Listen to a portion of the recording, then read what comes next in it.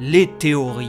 On peut leur faire dire tout et n'importe quoi lorsqu'il s'agit de Game of Thrones. Si la très grande majorité se sont révélées fausses après l'ultime épisode, un certain nombre restent encore en suspens. Quand on pense avoir fait le tour, on se rend vite compte qu'il en existe plus qu'il n'y paraît. Place désormais à une nouvelle analyse de l'ultime saison de Game of Thrones, là où tout s'est achevé dans le feu et le sang. Au programme, une relecture des symboliques dans le génocide de Port-Réal qui donne un nouveau sens à la fin de GOT. Mais avant de poursuivre, je vous invite à me rejoindre sur mes réseaux sociaux ainsi que sur la chaîne YouTube où vous êtes encore beaucoup à ne pas être abonnés. Accrochez-vous à vos sièges et faisons voile vers Westeros encore une fois.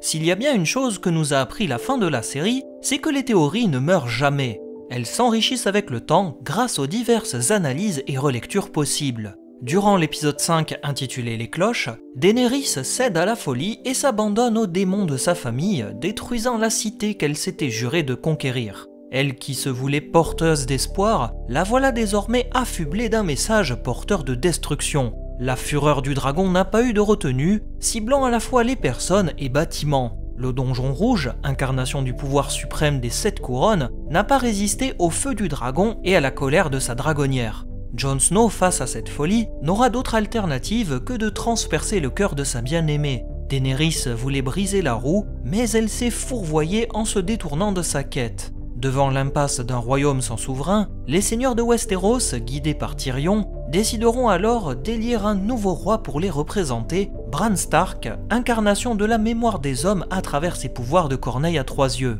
Ceci est le premier niveau de lecture pour cet événement tragique et l'avènement du roi Bran le Brisé. Maintenant que les choses sont posées, je vous invite donc à aller plus loin dans un deuxième niveau de lecture, cette fois-ci bien plus subtil. De nombreux indices sont dispatchés aux 4 coins de cet épisode pour nous permettre d'en saisir les subtilités cachées. L'ombre du dragon par-dessus les rues de la capitale, la brutalité soudaine de Daenerys et son dragon, sans oublier le cheval blanc qui fait face à Arya Stark, tout ceci n'aura plus aucun secret pour vous à travers cette théorie. Comme à chaque fois dès qu'il s'agit de la fin de GOT, partons du principe que le jeune Bran Stark avait un but ultime, atteindre le trône de fer. Comment parvenir à ses fins, malgré le fait qu'il ne pouvait l'atteindre physiquement, étant un infirme? Il lui fallait établir un plan pour arriver à son but, et à force de voyages dans l'espace-temps entre le passé, le présent et le futur, il lui est apparu la solution. Ceci semble coïncider avec son changement de caractère une fois qu'il avait vu le roi fou hurler « Burn them all », brûlez-les tous, dans une vision située pendant la saison 6. Il faut purger le royaume par le feu afin de renaître de ses cendres. Daenerys était la clé de voûte qui ferait pencher la balance en sa faveur sans éveiller le moindre soupçon. Ainsi, Bran a volontairement donné des informations sur l'héritage de Jon Snow à Sam Tarly, en sachant que ce dernier le répétera à son ami, et ainsi de suite, pour arriver jusqu'aux oreilles de Daenerys. Bran sème le trouble et la confusion, embrouillant l'esprit de Dany qui ne savait plus sur qui elle pouvait réellement compter. Pouvait-elle s'appuyer sur Varys ? Le maître espion n'était en aucun cas digne de confiance car il soutenait Jon Snow en tant qu'Aegon Targaryen. Se tourner vers Tyrion Lannister, sa main du roi était tiraillée entre son devoir vis-à-vis de sa reine et son amour pour le royaume et la famille Lannister. Ceci pousserait Daenerys à mener sa guerre contre Cersei jusqu'au bout, déclenchant le massacre de Port-Réal et la chute du trône de fer. Si vous vous souvenez bien, dans la saison 4, Bran avait eu plusieurs visions dont une qui montrait l'ombre du dragon au-dessus de Port-Réal. Il n'y avait qu'une seule ombre, ce qui renvoie vers le passage dans l'épisode 5 de la saison 8 où nous voyons l'ombre de Drogon surplomber Port-Réal. Le fait qu'on voit l'ombre depuis le ciel dans la vision et la réalité font qu'on peut légitimement s'interroger. Où était Bran à ce moment-là ?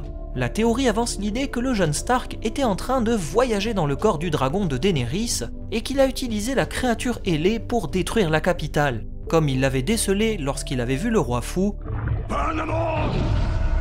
Nous ne voyons plus la prétendante Targaryen et nous ne l'entendons pas dire Dracarys. Elle fait corps avec son dragon et elle n'a plus besoin de dire à sa monture de cracher du feu car Drogon le fait en quasi continu. Peut-être que c'était là l'œuvre de Bran. Prendre possession de Drogon et soyons fous de Daenerys afin qu'elle ne réagisse pas une fois son œuvre accomplie.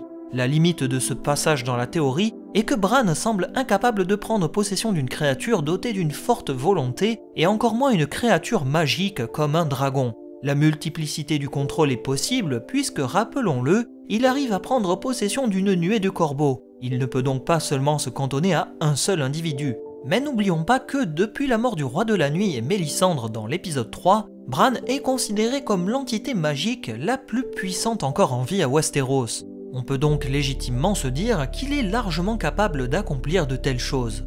Mais dans tout ce carnage, Bran devait faire attention à sa propre famille qui se trouvait sur place. Certes, il désirait obtenir le pouvoir, mais il ne souhaitait quand même pas condamner sa famille, il ne faut pas déconner non plus. S'amuser avec des loups et des dragons, oui, tuer Arya et Jon, ça non, il n'en était pas question. Que faire dans ce cas-là? Eh bien la seule solution, c'était d'éloigner sa famille du trône et de son instrument de pouvoir. Cela commence par Arya Stark qui, n'oublions pas, était sur place afin de tuer Cersei Lannister qui figurait encore sur sa liste. La Sans-Visage est une vectrice de mort, elle qui a terrassé par le passé la froideur du roi de la nuit et ses hordes de cadavres ambulants. Les anciens dieux incarnés par Bran sont une partie intégrante de la mort, et en ce sens, la Corneille peut très bien utiliser la mort incarnée par Arya pour arriver à ses fins, si jamais il venait à perdre le contrôle de Drogon et Daenerys. Une fois devant le fait accompli, Bran n'a eu de cesse de protéger sa sœur, lui envoyant même un signe à travers un cheval blanc.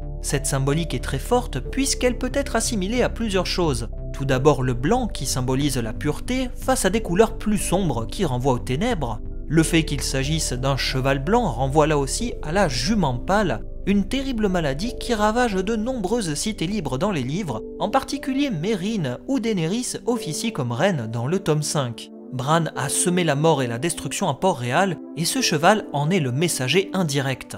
Il est également possible que le cheval était là purement par hasard, mais il est toutefois surprenant d'entendre la musique des Stark lorsque le cheval apparaît, comme s'il avait été envoyé dans un but précis pour éloigner Arya.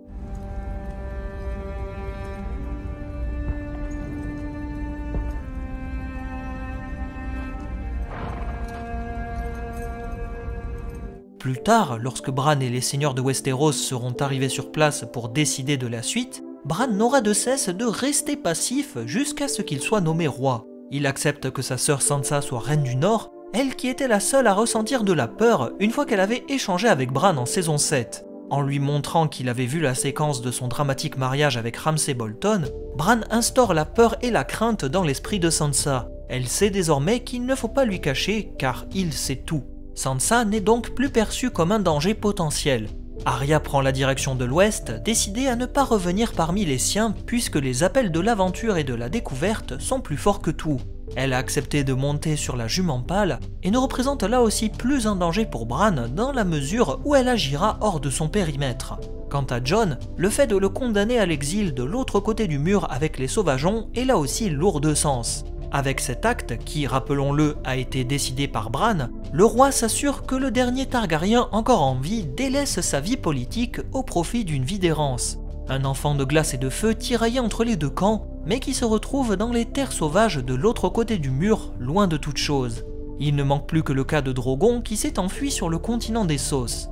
La capitale étant dépourvue de bois sacré, le roi Bran demandera à ses proches conseillers de garder un œil sur le dragon, seule entité magique capable de rivaliser avec lui. Bran étant loin du bois sacré de Winterfell et d'un arbre-cœur, il n'a plus autant de pouvoir que par le passé, ce qui explique sa crainte vis-à-vis de Drogon. En éloignant ses proches, Bran s'octroie ce qu'il a toujours convoité, le pouvoir. C'est la raison pour laquelle il est venu d'aussi loin, il savait qu'il serait nommé roi et que les pièces de son échiquier politique étaient bien mises en place. Le roi Bran le brisé est symbolisé par les cendres qu'il a répandues dans la capitale, détruisant l'ordre établi pour mieux construire sa propre royauté et appliquant ainsi son plan machiavélique en brûlant tout comme lui avait suggéré le roi fou lors d'une vision prophétique. Détruire pour mieux reconstruire et diviser pour mieux régner, voilà quel était le prix à payer pour parvenir à ses fins. C'est sur ces ultimes révélations que s'achève cette théorie, en espérant qu'elle vous aura plu et donné une autre vision du rôle de Bran et des symboliques entourant la fin de Game of Thrones. Je me doute bien qu'il s'agit d'une énième version d'une théorie sur Bran et son plan machiavélique, mais je trouvais cela intéressant de revisiter la théorie à travers les éléments d'Arya, de la jument pâle et du contrôle des animaux. Merci encore une fois de votre attention, on se quitte en musique et on se dit à la prochaine pour d'autres analyses. Bye tout le monde.